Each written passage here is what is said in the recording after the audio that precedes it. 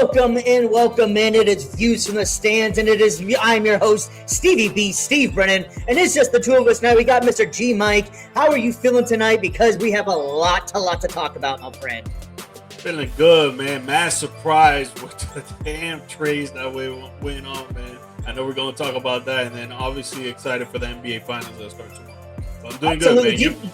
Do you feel like the NFL was like, you know what, that's cute, you guys have this championship game going up, and we have a lot of big marquee teams, but hold my beer for a second, because we got some stuff to talk about, you know? So, like, NFL will never let anybody ever trump them out of having the headlines, I think, man. But we got a lot to get into tonight, and before we get into all that, we want to give a special shout out to PodMatch. Thank you very much for hooking us up with guests, and we had to reschedule it a little bit tonight. We will definitely have some guests on at the end of the week, but PodMatch, thank you very much for everything you've done. If you're thinking about kind of doing any kind of podcasting, look up PodMatch. We've been able to meet all kinds of great people and do a lot of interesting interviews with people that we would never have got a chance to meet. So if you're thinking about thinking about doing any kind of podcasting, look up PodMatch for sure. G Mike, you got anything you want to give out to the people real quick before we get started in the show? Nah, man, just ready to get this going, man. Again, like I said, mass surprise with the stuff that went down. All right, well, let's go ahead and get into some news. News from the world of sports. All right, and if you've been living under a rock, then you didn't hear, but this one is massive. Myles Garrett, the Defensive Player of the Year, just got traded to the Los Angeles Rams. This deal was in exchange for pass rusher Jared Verse, a 2027 first-round pick, a 2028 second-round pick, and a 2029 third-round pick. The Los Angeles Rams will get Myles Garrett. G Mike, what was your first initial reaction when you saw this? I felt like the ESPN got hacked or somebody got hacked that this actually did not happen. But G Mike, what was your initial reaction to this, my friend? Dude, I literally looked at my phone and I was like, I looked back to see where my boss was at because me and him just talk about sports all the time. I'm like, dude, and he wasn't there. There was no one to be found. I was just like this. Going like that. I was going crazy, man. It was freaking insane, man, when I read that, bro. Big time. All right, well, let's go ahead and break down the trade here. I feel like this trade actually works out for both parties. I know it sounds kind of crazy for the Rams, considering what they all gave up for it. But I really do feel like this is going to work out pretty well for them. The Rams are clearly in that let's win now mode. And I think they're looking at this as if we have 2 years. We got Stafford on paper for 2 more years, depending on health situations. Let's go ahead and get Myles Garrett. They've also they realized that their defense was one of the things that were lacking. Obviously, their offense was not last year, had a great offense. But let's go ahead and see what we can do. And the other thing is that they have Myles Garrett now up until the 2030 season as well under contract. So that's a big thing for them as well. Do you think this trade is even, or do you think that Cleveland made the right move? What's your thoughts on this one? I mean, because Myles Garrett, let's face it, is a generational piece. Definitely. I mean, he was their best player for sure before he got shipped out. I think Cleveland did good on his part because of the fact he was wasting his career there. Like, let's be serious. The Browns weren't really going to do much in a division that is very, very tough, where people think that the Baltimore Ravens are going to win the division. Joe Burrow and the Cincinnati Bengals are saying otherwise. He's saying that this is the best roster he's had in years, and they went to a Super Bowl. So the Steelers, obviously, they're not what the Steelers were before, but they're always a team, the mediocre stance, where they try to get into the playoffs and they never win a game. So, you know, it's hard for the Cleveland Browns to actually get into the wild card, more or less win the division, right? So you're wasting Myles Garrett's career. So I think they did right by him, getting a young, talented Jared Verse defensive end, got several picks for him as well.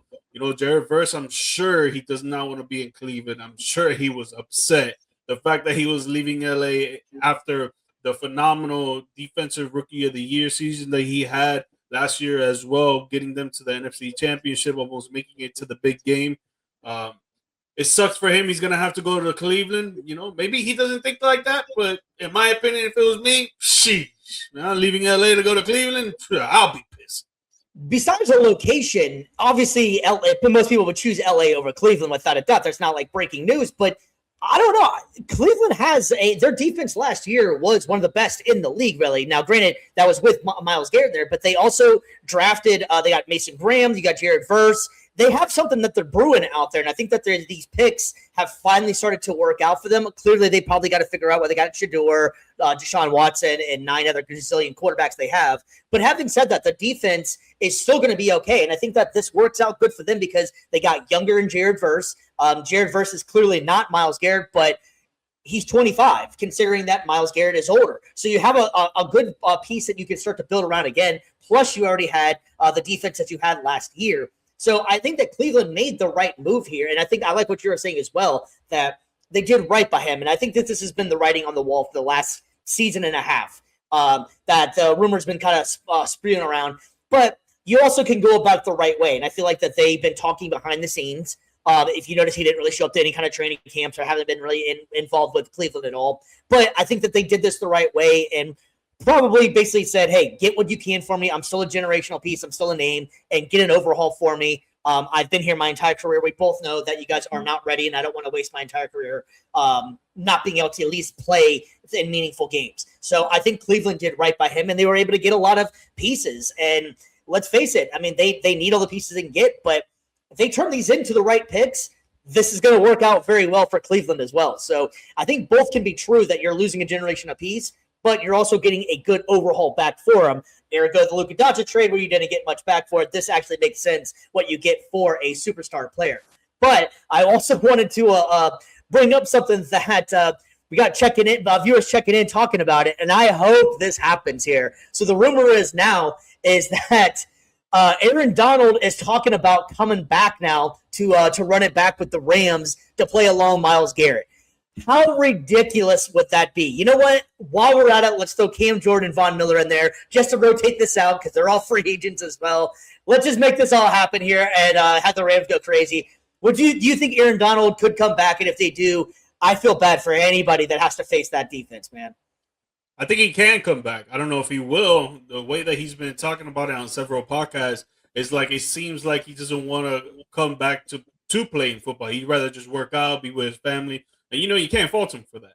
But if he does decide to come back, I think the Rams are going to be NFC Championship favorites and maybe even Super Bowl favorites, depending on who they face. But, dude, they got a star-studded offense. You got Myles Garrett now, Defensive Player of the Year twice, where Aaron Donald was a Defensive Player of the Year, if I'm not mistaken, twice as well. Like, those two on the same defensive line, very unstoppable. And not to mention that they got Trent McDuffie, where it helps their secondary, where they were lacklusting last season, and especially in the NFC Championship game, where the Seattle Seahawks proved, they could score over the top or on any of their corners and safeties. Yeah. Yeah, I think the defense was clearly the issue that they were having, and so they're bringing in obviously Myles Garrett, they got McDuffie, and they also got the other corner from the Chiefs as well. So I think that they're scoring that one up. But I do have to ask this one about the Rams, which would be awesome to see if Aaron Donald could come back and play. It's not the fact that physically, it's just more mentally, does he actually want to go through the grind? That dude doesn't need to go through training camp or OTAs or any of that stuff like that. Give that guy a week and he'll be fine. But my other question would be, is you're going back to the Rams in this one. If they had this in the works a little while long and I'm not sure how long this was, do you think that makes sense now with the Ty Simpson trade now, or a pick in the draft, or should they have went with like Lemon, like I've been saying, and got one more offensive piece if they were already going to get Myles Garrett possibly? Do you think that they knew back then, or do you think that looks even worse now that they went with Simpson and consider they're going all in for 2 years? When it happened, when it happened, I liked the Simpson trade because of the fact of we didn't really know what was going to happen with Matthew Stafford, right? We didn't know the extension was coming. I'm pretty sure they knew, but we didn't know, right? The fans, the analysts, the media. Now we see that they give him the extension, which is 2 years, and it's like, it doesn't make sense of why you took a quarterback with the 10th pick in the NFL draft where you could have gone more defense. I would have gone more secondary just in case someone gets injured, knock on wood. I think it was the 13th pick. I think it was the 13th pick, but I would have went offense. Yeah, it was around there, no matter what. But I don't think, to me, in my opinion, I don't think their offense needs anything. Maybe you want to look at that whole Puka Nacua situation and what's going on and, off the field issues. Maybe you want to draft a receiver because of that. All right, cool. I get it. I think the running backs are straight. I think the rest of the receivers are good. The quarterback position obviously is great. Maybe you want to get some more offensive line. Yeah, sure. But I think the defense is what really was the weakness for them. You saw it throughout the regular season at times. You saw it in the playoffs. You saw it in the NFC Championship game, which is the reason they didn't get to the Super Bowl. Yeah, I agree. I could go with the defense in there as well. I personally, like I've said that before. I would have went with the wide receiver Lemon whenever they had him right there. They could have grabbed him, and I think that would have been a great piece to have with Puka, Lemon, and Devontae Adams. That would have been a ridiculous thing, and especially if this already was in the works, possibly. I don't know how far back they were talking or what was going on with that, but maybe they didn't know. Maybe they didn't realize it was going to come to fruition that he was available. So let's just go. Let's go long story here, bigger picture here. Let's go 4 years from now. What are we saying about this trade? Are we saying that the Cleveland Browns did the right move, or is the Rams like, man, well, what did we do here? We gave up all this. What, in your opinion, do you think that this is going to transpire into? I think both teams in 4 years are going to look back at it and be like, we'll do the trade again. Because for the Rams, I think, they're just maybe one more piece away from actually competing with the Seattle Seahawks in the NFC Championship game again, and probably go to the Super Bowl. If not right now, they probably beat them right now with all the pieces that the Seattle Seahawks lost, where their Super Bowl MVP is now with the Kansas City Chiefs. So they've lost 2 defensive stars and they lost 1 offensive star, so that could really hinder them, right? And then when you look to the Browns, they really need a lot of help on the offensive side, especially at the quarterback position, which is why they drafted 2 quarterbacks last year with Shadur Sanders and always forget the other guy's name, Dylan Gabriel from Oregon. They always need help at the quarterback position. It's always been like their Achilles heel for the last 20 years. So the more picks that you have, the more chances you got at trying to get a good quarterback, right? I think their running backs are straight. I think the receivers, might need a little help. I don't think you want to rely on Jerry Jeudy himself for sure. But when it comes to the defensive side, I think they've been good for the last 3, 4, 5 years. I don't think they need that much help there. But the extra picks are going to go a long way. And obviously, Jared Verse is a stud. And like you said, he's only 25 years old. Right. No, I agree. And I think that they're both going to look back, and I think this trade is actually going to work out for both teams. I mean, let's break it down here. 2027, if this trade actually works, Myles Garrett is exactly what they think it is. Now it's the push that they needed. They'll be picking, 32? And that their first pick in 2027 might be 32 if they actually win the Super Bowl, or if they're in there 31. So in the late in the draft. Let's go 2028.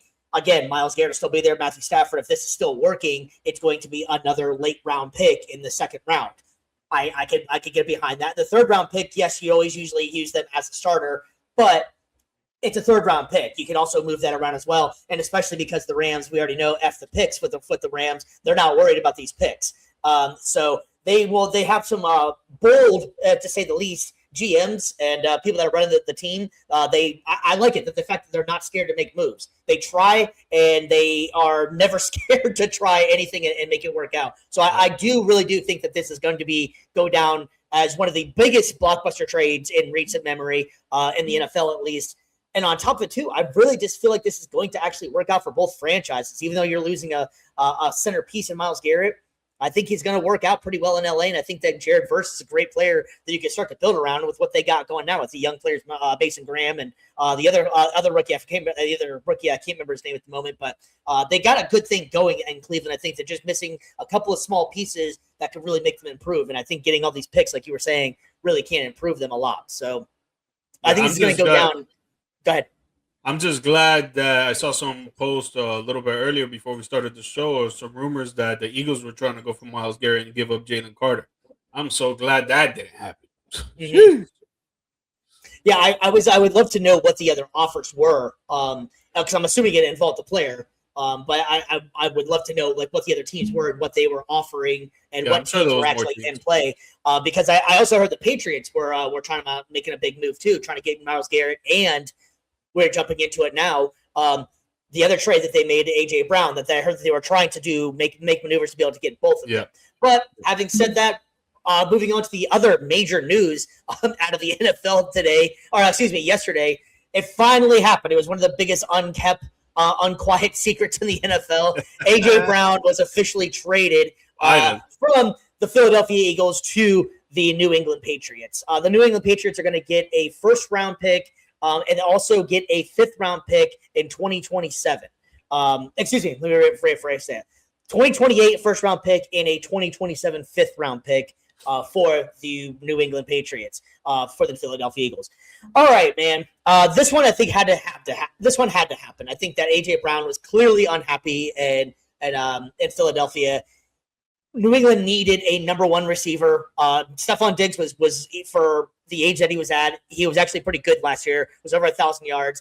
Stephon Diggs is not A.J. Brown. A.J. Brown is a absolute difference maker in the league. Do you like the trade for both teams, or who do you think won, or is there another one that's just, hey, it makes sense, let's do this? I mean, for sure, for both teams, I mean, you got a disgruntled wide receiver, in my opinion, sometimes diva, that was just not happy with where he was at, and he wanted to get up out of there because he wanted to get more targets. Being in the Eagles, where they have a bunch of pieces that they can go to, and most of the time they're rushing the ball. And if they're not rushing the ball, they're probably even giving it to Saquon on an out route. If not, you got Devontae Smith, you got Dallas Goedert, and then they drafted Lemon now. So once they drafted Lemon, I think the writing was on the wall that they were going to trade A.J. Brown. It's like you can't have all these receivers and a great running back with a game-managing quarterback and believe that A.J. Brown is going to get more than 4 targets. So he wanted more targets, and Josh McDaniels is notorious to give the top receivers some hella targets, like Devontae Adams when he went to the Raiders. He had a 1,500-yard season. He had 16 touchdowns, 15 touchdowns with over 200 catches or something like that.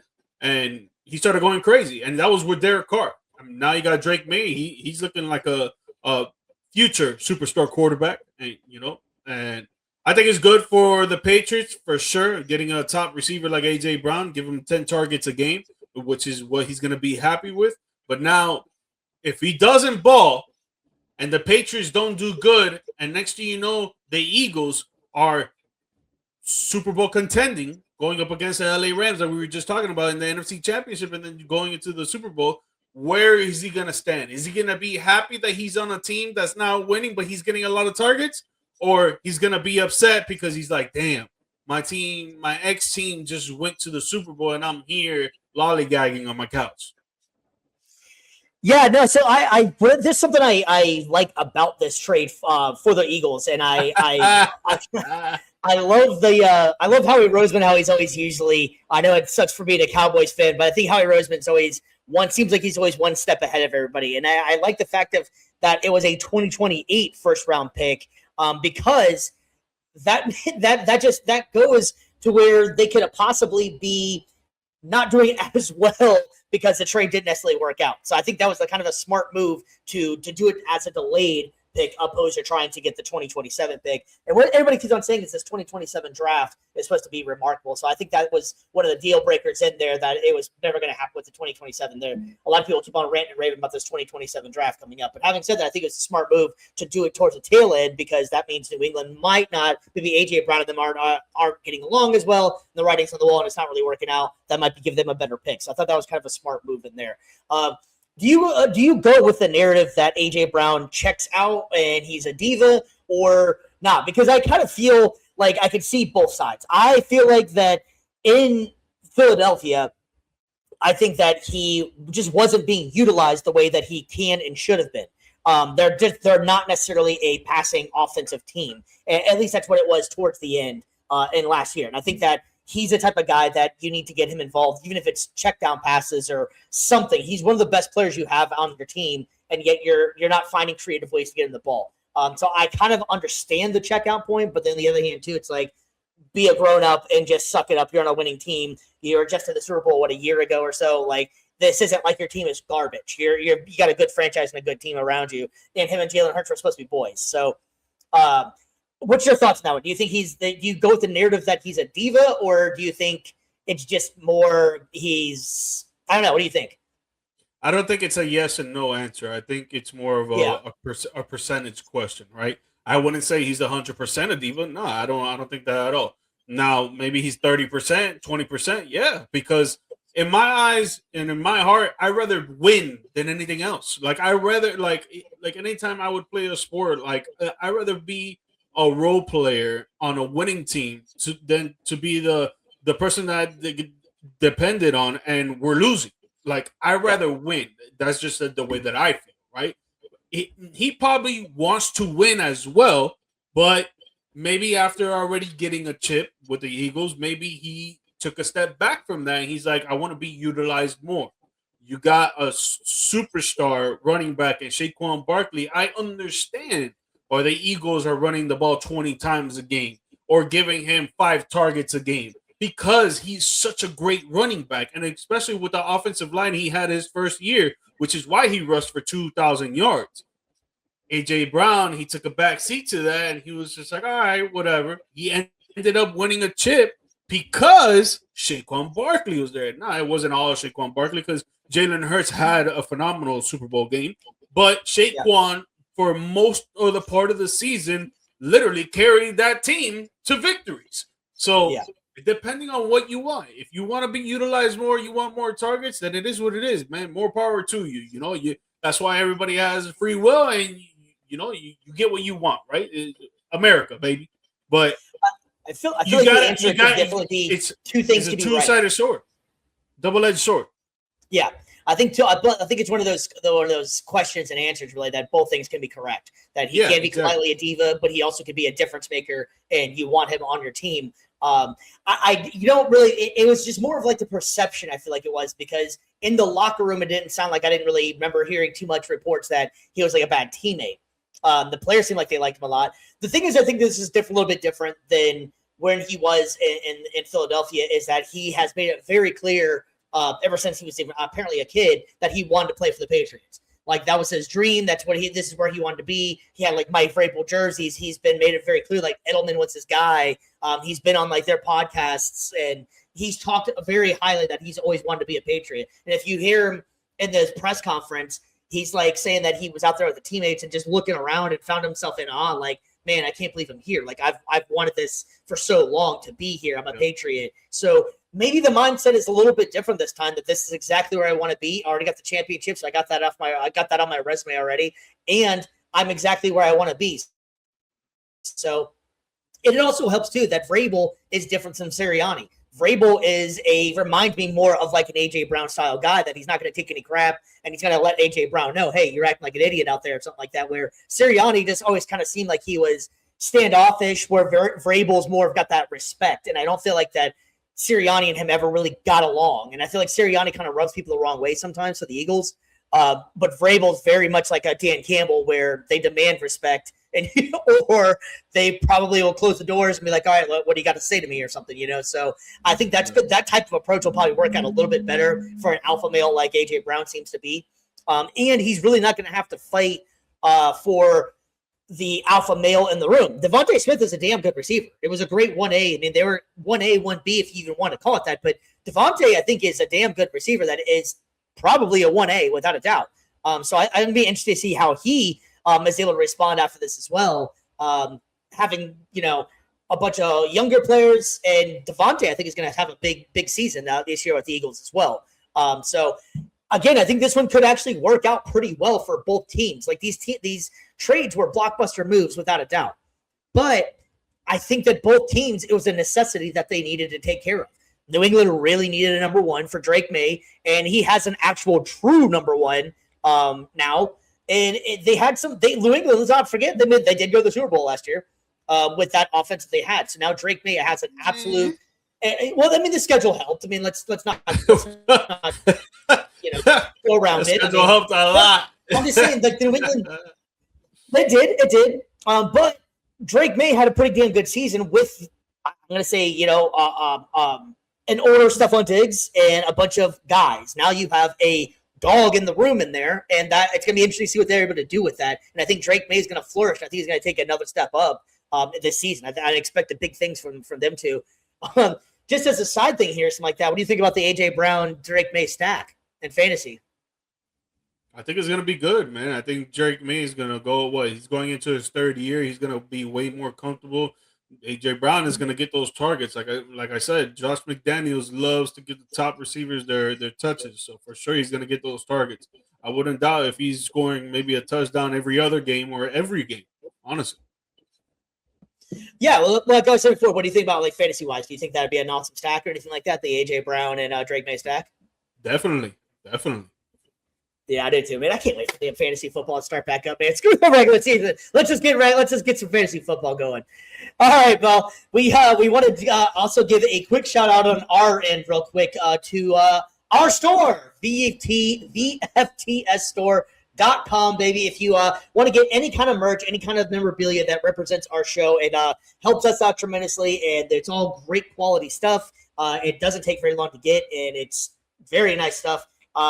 G Mike just created his own stuff on the site as well, so you can start getting the G line G Mike brand.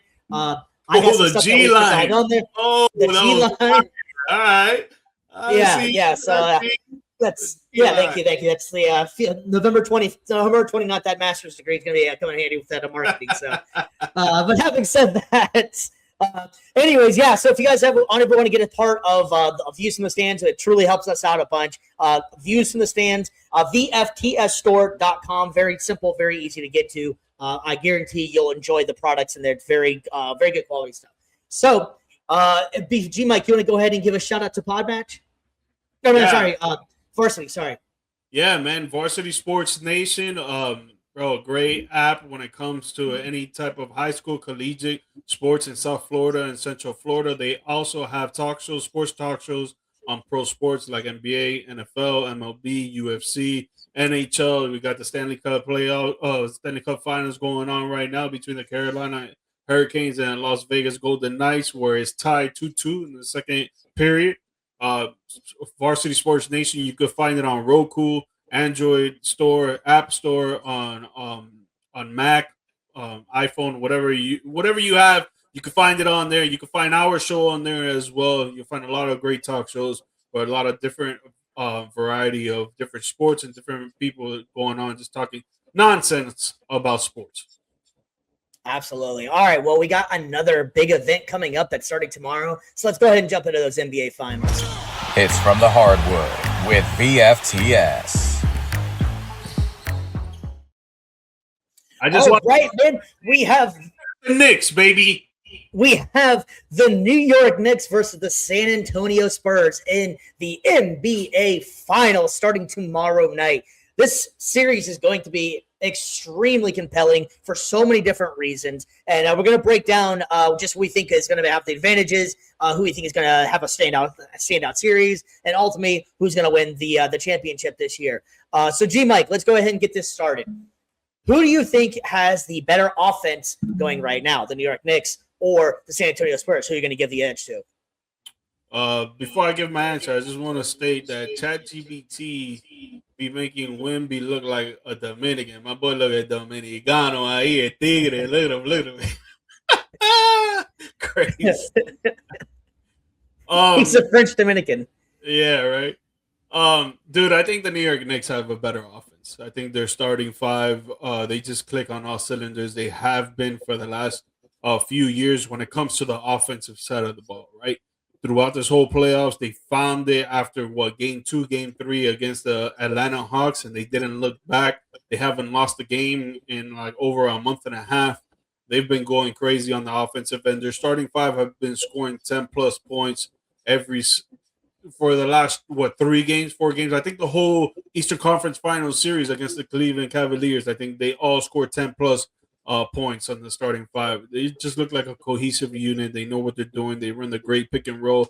Jalen Brunson is a clutch player, and he just goes crazy. Even on the ISOs, he'll kill anybody that's in front of him. OG Anunoby is showing that he's a great two-way player, but on the offensive side, he's staying up in the corner, hitting those 3 balls or driving into the lane and dunking on people. And then Cat, he's being more aggressive, Steve. We've always talked about this, how he goes passive-aggressive and he fades away.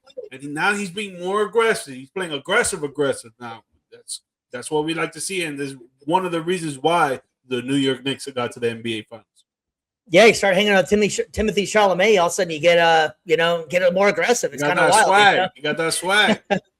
Yeah, no, I'm going to go ahead and agree with you on this one as well and say that I think the New York Knicks have the better offense. But on paper, actually, by the season stats, actually, the San Antonio Spurs average 119 points a game as the New York Knicks only average 116 points a game.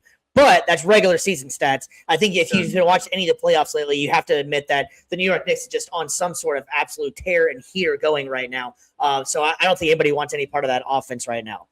So I will agree with you that we'll go New York Knicks up 1-0 on San Antonio right now. So let's go ahead and go defense. Defense right now, I'm going to have to go just because you got Victor Wembanyama. I'm going to have to go defensively. I'm going to go with San Antonio, even though the Knicks have been really, really playing some great defense, if not arguably the best defense in the playoffs this entire playoff stretch here. But I think overall, once it's all said and done, whenever we're just in this series, I'm going to have to take San Antonio to give them the edge to even up the 1-1 in my book for defense. What about you? I got the Spurs as well. I don't think the Knicks have faced a defensive team like this all playoffs. And then especially that Stephon Castle's going to play defense on Jalen Brunson. I think, I'm not going to say you're going to stop Brunson. I don't think anybody can stop Brunson. I think he's too much of a good offensive weapon to actually stop him. He has a great three ball. He drives into the lane. He'll do a fadeaway on you if he has to. He'll create his own shot while driving to the lane and trying to get a layup, brush off you, and fade to the right or fade to the left, depending on how he's going to the basket. But Stephon Castle, man, he's a great defender. He'll get up in your face, pause, and he won't let you get any breath of fresh air. Definitely. So we're going to go ahead and even that out at 1-1-1. If you go by regular season stats, the San Antonio Spurs actually allowed 105 points when the New York Knicks only allowed 100 points. So, again, that's regular season. Now, not saying that the Knicks don't have good defense, because they've definitely in this playoff really stepped their defense up and continued on that one as well. So I think that's an interesting aspect to this game here. All right, let's go with the bench. Who do you think has a better bench going right now? I think the Spurs have a better bench. I like the way that Dylan Harper has been playing, even though Miles McBride on the other side for the New York Knicks, he's been playing pretty good as well. But to me, Dylan Harper just looks like a 4-5 year vet when he's a rookie. Like the intelligence, the way that he plays with patience, he selects his shots, he doesn't rush anything. I think it's just better overall. Another guy off of the bench for them too, Luke Cornet. He could do some damage as well. With trying to get a lot of rebounds and making some good defensive hustle plays. That you saw one play in Game 7 that was actually, in my opinion, the most crucial moment of that game that switched the whole momentum around and just got the Spurs to go up by like 6-7 with 30 seconds left in the game. So I think their bench is more well put in the sense of the matter. Yeah, so I like San Antonio's bench. Don't get me wrong at all. Dylan Harper was preseason my rookie of the year pick over my guy Cooper Flagg. Granted, that did not clearly happen, but Dylan Harper has played fantastic. So that was my pick in there. So I got love for San Antonio's bench. But I'm actually going to take the Knicks in this one. I think Mitchell Robinson means a lot, even though I know he's going to have the pinky issue. But I think he's going to be able to still maintain and play through it. He's a tough athlete. But it's also, if you look at how the Spurs play, whenever Wemby goes to the bench and that bench unit comes in, their whole dynamic kind of changes around a lot. So I'm actually going to give the advantage to New York as far as bench play goes in this one because it doesn't seem like they miss a beat if Jalen Brunson goes on the bench or, I just feel like that they're still able to maintain whenever they're starting to make their rotations. And in San Antonio, you can kind of tell, and it's almost like a countdown timer on the scoreboard that how many more minutes down until Wemby can come back in to save the team or something. So they just play so much different whenever Wemby's not out there. So I'm going to actually give the benefit to New York, in my opinion, on this one.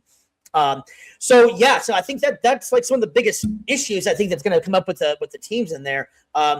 I think the bench is going to go to New York for me on this one. I go to defense, I'm going to give it to San Antonio. And offense, I'm going to give it back to the Knicks. So having said that, that puts for me So my key factors: New York Knicks up 2-1, in which that's why I'm also picking the New York Knicks to win this series. I'm actually going to take the Knicks in 6. I think that they're just playing on a heater right now that no one's really seen in many, many years. I think San Antonio will become what everybody thought Oklahoma City was going to be with the dynasty, with Victor, and these guys are just going to gel so much better.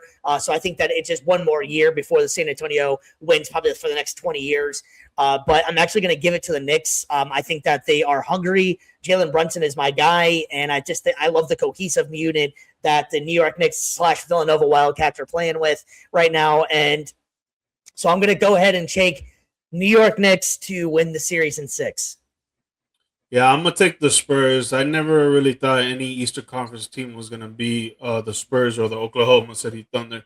That defense paralysis in a 7-game series from Victor Wembanyama and Stephon Castle put together is going to be crucial, in my opinion. If De'Aaron Fox can somehow heal his ankles, because he has 2 messed up ankles that he's playing on, and still going out there and showing his force and giving his dominance. He scored 15 points in that game 7. If he could go out there and lead them in the right direction, I think they could get some good offense paralysis out of him. I think Julian Champagnie too. I think he could hit a lot of threes, especially at home, where the San Antonio Spurs have the home court advantage. So if they go to Game 7, it's going to be on the Spurs court.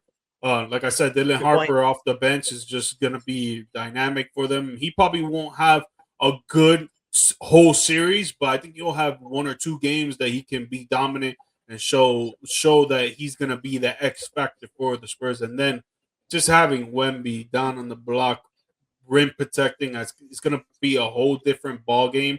You saw it with Shea. Shea was having a lot of trouble when he would go into the basket, and they would have to kick it out, try to find someone with 3. And, Alex Caruso was hitting. Cason Wallace was hitting. But then a lot of other people weren't hitting where, I wanted to allude to this, but this man, Chet, I know we're talking about the Knicks and Spurs right quick. I'm going to do a little sidebar right here. This man, Chet Holmgren, soft, charming. Yeah, he's at Walmart. Go to Walmart and you go get some damn toilet paper. They got Chet Holmgren right next to the teddy bear, charming. They need to change his name to Scott for that one-ply toilet paper, bro. Jesus. Yeah, that was just wild. I don't know what happened, if he was shell-shocked, what that was. That's unheard of to me. Yeah, especially with all the players that they have, and if they got to make some moves, are they keeping him? Because SGA came out and was very, very adamant and very supportive of his teammate. Don't know if that was just because of the moment or what, but do you think, because Oklahoma City is in the next year or so, 2 years, going to have to figure some of this stuff out? You can't keep all of these guys unless they're able to work out deals to be able to work to it. But it's very unlikely that they're going to be able to keep all these guys. But do you move Chet after that performance or what? I mean, I don't even know what that was. I don't think after that performance you move him. I think it was just obviously he didn't have a great series. He had a decent series at best. He had a horrible game 7 for sure, but that doesn't paint the whole picture of the series, right? I think not having J-Dub was a big difference maker as well. When J-Dub's on the court is different. A lot of people will say that the Thunder were better with him not in the lineup during the playoffs and all of that, but that's just because they had to pick it up and they had to play without him and they had to adjust. But J-Dub is a dope player for the Oklahoma City Thunder, where a lot of people would say that he is the second best option on that team, where obviously on paper right now this season it was Chet Holmgren because he got all NBA. I know that he was thrown in there because there were some players that couldn't get it, like LeBron James, but it was an all NBA player. And I know J-Dub has some injuries as well where he didn't play some of the season, for sure, where that comes into account. But I think with him on the floor throughout the whole playoffs, throughout that whole 7-game series in the Western Conference Finals, it could have gone a little bit different. Remember, the Spurs only won by 8, and Chet only had 4 points on 2 shots taken. If Chet had 10 points and maybe J-Dub was in there and he had 10 points, Oklahoma wins by like what, 6, 8. So who knows? I don't think they should break it up. But if they do, I think they should go for Giannis. Giannis will be the best player right now to put in front of Victor Wembanyama. Pause. Hand up in his face. He's not going anywhere. He's not going to be doing what he was doing on Chet Holmgren. The only thing is, it might be a rental because next season, not this season, the season after, he will be a free agent. So they have to really convince him to stay in Oklahoma City, where I think he might want to go somewhere else, man. Where it's sunny and hot. We got the sand, we got the water, we got the palm trees. You feel me? Someone should make a song about that. What's that? Where were you talking about? Like, oh, Miami. You feel me? You feel me? Yeah. Either way, man, I have to give a shout out to both teams, and that Game 7 was awesome. Besides Chet's performance, that whole series was one of the best series seen in a long time. It was traditional good basketball. Say what you want about the fouls. It is what it is. It's the new NBA. But I just thought the series was very compelling. Both teams really gave it their all. SGA, I mean, people don't like it. People like it. People don't. I don't know. I personally just feel like it's a product of what's going on in the NBA right now. Yep. So you can't get mad at the guy for doing the smart play and baiting the fouls. Don't foul him then. Some of the fouls are. It's the rules. It's not him. Now, granted, he does look a little bit different whenever he doesn't get to the free throw line as much. That's a debate for another day. But I don't really fault him. And if you watch his offensive game, bro, it's an aspect of the game. Bro. Yeah, exactly. I mean, that's like complaining about the Eagles doing the tush push. Right. If you can't beat it, then or find a way to beat it, in which they did in Game 6. He didn't look the same at all. They found a way not to foul him, and he was expecting fouls, and he didn't look the same whenever. So, but I just thought that was an awesome series, and it was just good to see a bunch of, and they're all young players. Like both teams are very, very young, and both teams were just giving it what they had. So it was great to see some good basketball. Besides like the rest of the calls, I thought it was a great series. But so I'm going to take another thing to point out before we go. I haven't seen, and you could correct me if I'm wrong, and you guys who are watching right now, you say it in the chat. I haven't seen Shea complain about the refs, where I've seen many other scoring guards or scoring forwards complain about the refs, where it's like, okay, he's getting all these fouls, but when he doesn't get it, you would think that he'd be like, oh, I should have gotten these calls, like they're fouling me, blah, blah, blah. But he's like, hey, sometimes you're not going to get them. Sometimes you're not going to get the fouls. It is what it is. You got to play better. That's all I hear from him. He doesn't make excuses. I agree. And it's refreshing as well to hear him whenever, after a loss, he's still the same. And I totally agree with you. You don't see him whining Ergo Luka on the sideline that he didn't get the foul. He's going right back and playing defense. He doesn't let that stuff get him out of his game. And everybody, you can't not hear all the flopper and all that good stuff. And he still stays in that mindset and still does his game. And like he said too, whenever he had that one bad game, I've worked too hard to get to this point to change my game. I'm not going to change my game. Exactly. It works. So respect to SGA. That's what I was mentioning before. Just because you have one bad game, it doesn't define you. That's why I'm saying I don't think that they should trade away Chet unless it's going to be for Giannis. That's a whole different conversation. But if you're just asking me to trade him away because of that performance, nah, I don't think so. Because you know what he can do on the defensive side and on the offensive side. Like, he was supposed to be the primary player on that team when they drafted him, but then Shea started going crazy. Correct, yep. Yeah, Chet was supposed to be the SGA, if you will, before SGA got there or whatever, So whenever he was still Shea Gildress, you know what I mean? He wasn't SGA at that point, but so I'm gonna go ahead and take Jessica back to the what we were talking about before there. I'm taking the Knicks in 6. It sounds fun to say as well. G Mike, what are you taking one more time? Spurs in 7 and F the Knicks, baby. There we go. Well said, my friend. All right, we are going to go ahead and wrap this show up tonight. We are a little bit short on this one tonight. We just got to the point and made it all fun for you guys. So really appreciate everything you guys have going on for us. Like, subscribe, follow us wherever you can. Tell anybody you can about it. We got a fun-filled show. We should be back on Friday 8:30 p.m. Be there, be square, my friend. G-Mike, you got anything else before we take off? Yeah, guys, just please like, subscribe, share the show with your family and friends, or any sporting event you go to. Send it to the person to your left, to the person to your right. Let them know that Views from the Stands is a sports talk show that you love to listen to on all podcast platforms: YouTube, TikTok, Instagram. Now we got Twitter as well. Anywhere you want to catch us, you find us, baby. Absolutely. We are going to call that one a night. Hopefully the NBA Finals is great for everybody. Game 1 tomorrow night. Don't forget it. And we will be back on Friday. We'll be definitely talking about everything with the NBA Finals come Friday. So have a great week, and we will see you Friday. Have a great night.